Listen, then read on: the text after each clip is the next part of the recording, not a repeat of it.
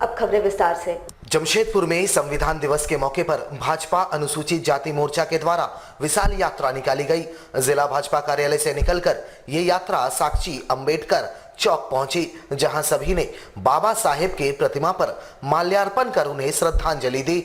इस दौरान प्रदेश भाजपा के नेता अभय सिंह, जिला अध्यक्ष गुंजन यादव समेत भाजपा अनुसूचित जाति मोर्चा के जिला अध्यक्ष व तमाम कार्यकर्ता मौजूद रहे। सभी ने बाबा साहेब के जयकारे लगाते हुए उनके प्रतिमा पर माल्यार्पण कर उन्हें श्रद्धांजलि दी। इस दौरान भाजपाइयों ने कहा कि बाबा साहेब के द्वारा संविधान में दिए गए अधिकारों के कारण ही आज तमाम पिछड़ी जाति के लोग समाज का प्रतिनिधित्व कर आगे बढ़ रहे हैं। देश के प्रधानमंत्री नरेंद्र मोदी ने भी पिछड़े वर्गों को सशक्त बनाने के लिए कई ऐतिहासिक कार्य किए हैं। आज के दिन हम सभी बाबा साहेब को अपनी श्रद्धांजलि अर्पित करते हुए उनके बताए आदर्शों पर चलने का प्रण लेते हैं। बाबा साहेब के लिखे हुए संविधान रचयिता आज ही के दिन 26 नवंबर 1949 को देश को समर्पित किया था। 26 जनवरी 1950 को देश में संविधान का लागू हुआ। गांव, गरीब, किसान, मजदूर, शोषित, वंचित के लिए जो संविधान बनाया बाबा साहेब ने, आज उस संविधान के तहत देश के यशस्वी प्रधानमंत्री आदरणीय नरेंद्र मोदी जी के द्वारा जो अनुसूचित जाति वर्ग के लोगों को ज्यादा संख्या में निचले स्तर के दलित परिवार को जो आरक्षण मिल रहा है, आज उन्हीं के देन है। आज जमशेदपुर महानगर द्वारा साक्षी आम बागान से लेकर पुराना कोर्ट के समीप बाबा साहेब को माल्यार्पण करके इस कार्यक्रम को समाप्त किया और उन्हें नमन किया। National Association of Civil Servants Bihar Jharkhand की पहल पर जमशेदपुर में पहली बार यूपीएससी के टॉपरों के साथ शहर के छात्र छात्राओं को रूबरू होने का मौका मिला। इस साल के टॉपरों ने अपने अपने अनुभव साझा किए और यूपीएससी की तैयारी में जुटे छात्र छात्राओं का मार्गदर्शन किया। इस कार्यक्रम में जिले के उपायुक्त एवं एसएसपी सहित तमाम प्रशासनिक सेवा से जुड़े अधिकारी मौजूद रहे और छात्रों के सवालों का जवाब दिया। Topper Shubham Kumar video conferencing के माध्यम से जुड़े, जबकि जमुई से इस साल यूपीएससी में 7वें रैंक पर रहे प्रवीण कुमार और 500वें रैंक पर रहे शहर के सन्नी कुमार ने शिरकत किया। जिले के उपायुक्त सूरज कुमार ने बताया कि एनएसीएस बिहार झारखंड के पहल पर इस कार्यशाला का आयोजन किया जा रहा है ताकि टॉपरों के मार्गदर्शन से ज्यादा छात्र छात्राएं यूपीएससी में उत्तीर्ण हो सके और भारत निर्माण में अपनी भागीदारी सुनिश्चित कर सके।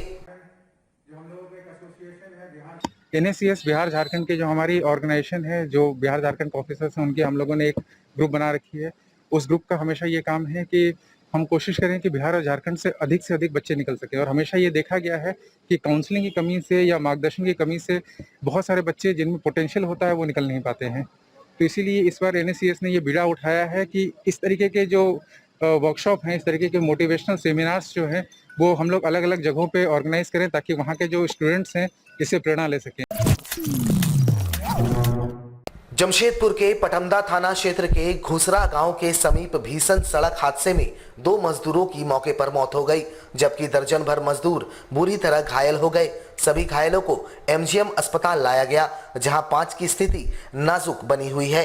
घटना के संबंध में बताया जाता है कि मजदूरों से भरा पिकअप वैन पश्चिम बंगाल से चलकर विशाखापट्टनम जा रहा था। इसी दौरान घुसरा के समीप पिकअप वैन अनियंत्रित होकर पलट गया, जिससे यह हादसा हुआ।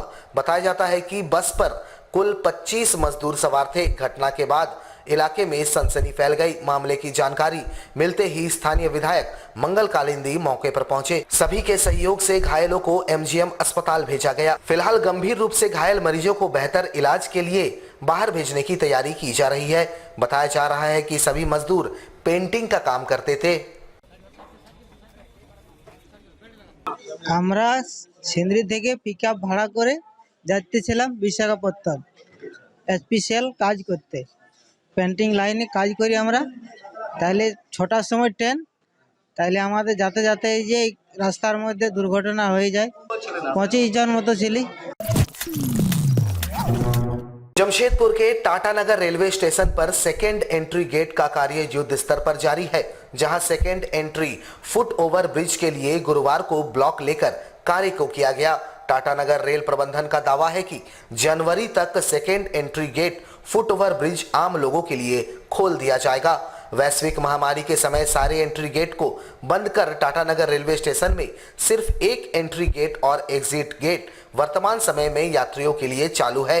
ऐसे में विगत कई वर्षों से second entry gate foot over bridge की मांग यात्रियों की तरफ से हो रही थी, जिसे ध्यान में रखते हुए कोरोना काल में ही कार्य युद्ध स्तर पर शुरू हुआ था। इधर गुरुवार को 7, 8 और 9 नंबर लाइन को ब्लॉक कर इंजीनियरिंग डिपार्टमेंट द्वारा कार्य शुरू किया गया। वहीं मिली जानकारी के अनुसार जनवरी तक second entry gate foot over bridge यात्रियों के लिए सुपुर्द कर दिया जाएगा।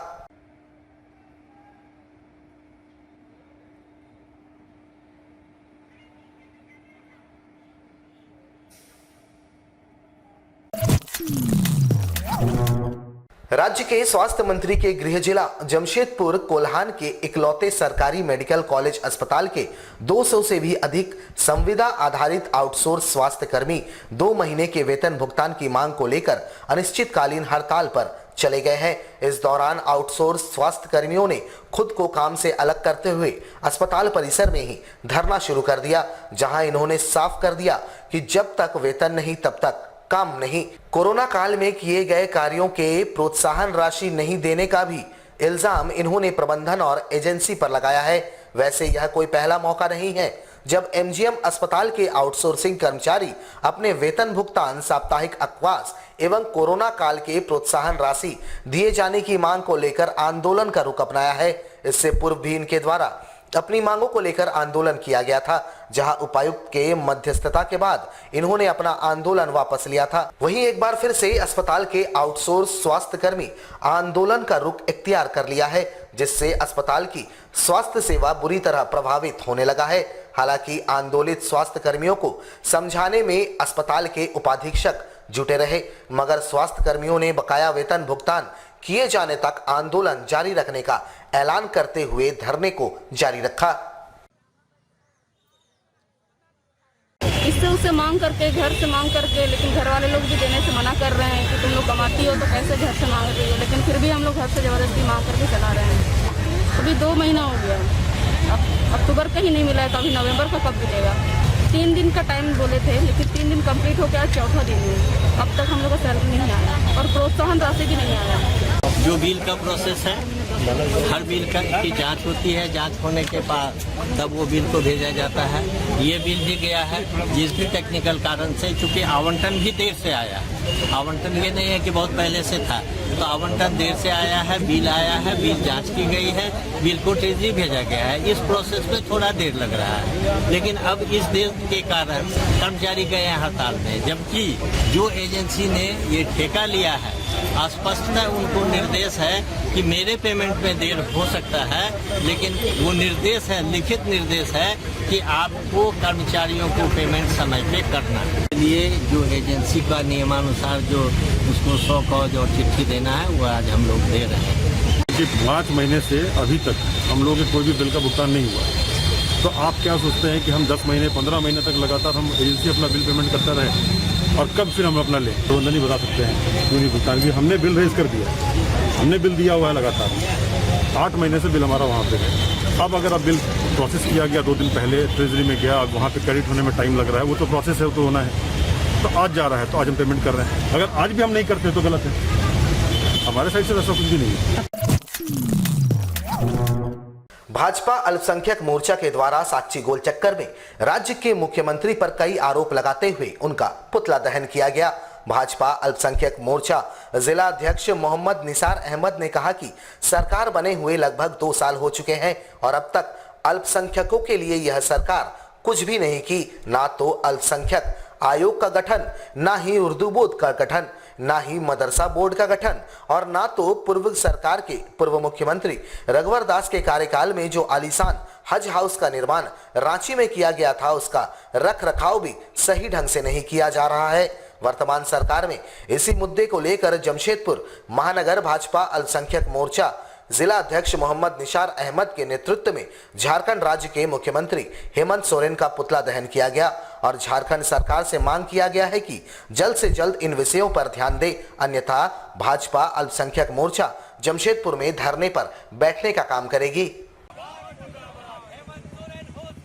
भारतीय जनता पार्टी जमशेदपुर महानगर अल्पसंख्यक मोर्चा यहाँ के झारखंड के नाकाम मुख्यमंत्री हेमंत सोरेन जी का पुतला जलाने का कार्य किया है। आज चूँकि सरकार बने 2 साल हो गया है, परंतु अब तक अल्पसंख्यक आयोग का गठन नहीं हुआ है, मदरसा बोर्ड का गठन नहीं हुआ है, उर्दू बोर्ड का गठन नहीं हुआ है, और तो और जो आलीशान हज हाउस का निर्माण हमारे पूर्व मुख्यमंत्री आदरणीय रघुवर दास जी का टाइम में किया गया था, उसका भी हालत बहुत खराब है, उसका भी रख रखाव सही से नहीं हो रहा है। चूँकि हेमंत सोरेन ने भारतीय जनता पार्टी का भय दिखाकर अल्पसंख्यक का वोट को लेने का काम किया था, अल्पसंख्यक को झूठे वादे देकर सत्ता में आने का काम किया था।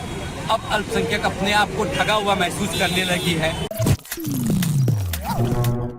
शुक्रवार को जमशेदपुर पूर्वी के विधायक सरयू राय ने साक्षी बाजार का भौतिक निरीक्षण किया, जहां उन्होंने तमाम दुकानदारों से मुलाकात कर बाजार में उत्पन्न हो रही समस्याओं को जाना।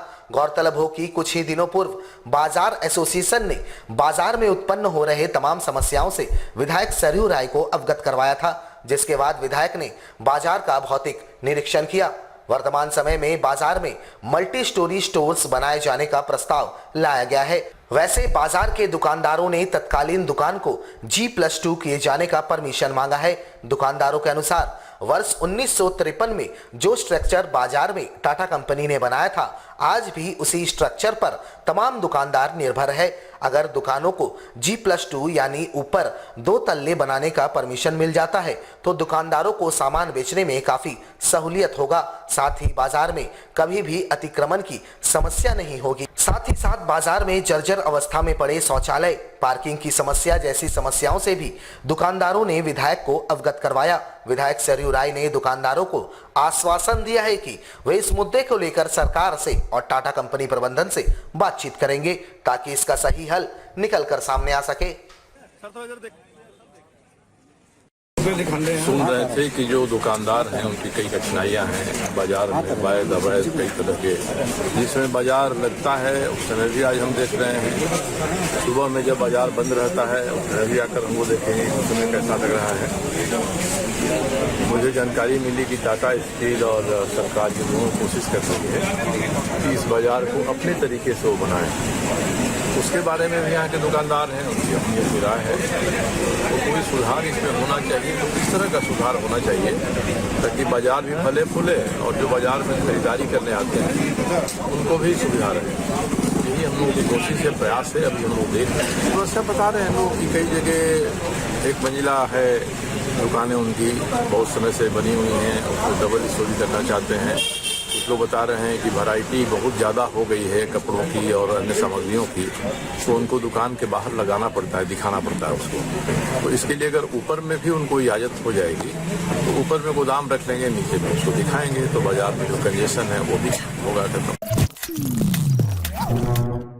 जमशेदपुर में किसान आंदोलन एकजुटता मंच के द्वारा किसान आंदोलन के 1 वर्ष पूरे होने के उपलक्ष्य में रैली निकाली गई, जिसमें मंच को वामपंथी दलों ने भी अपना समर्थन दिया। वैसे विगत दिनों केंद्र सरकार ने तीनों कृषि कानून को वापस लिए जाने का फैसला लिया था, जिसके बाद से आंदोलन में मारे गए किसानों को शहीद का दर्जा दिए जाने की मांग उठने लगी। आंदोलन को 1 वर्ष पूर्ण होने पर इनके द्वारा देश भर में रैली निकाली गई। मानगो खंडा चौक से लेकर साक्षी गोलचक्कर तक ये रैली निकाली गई थी, जहां साक्षी गोलचक्कर पर यह सभा के रूप में तब्दील हो गई।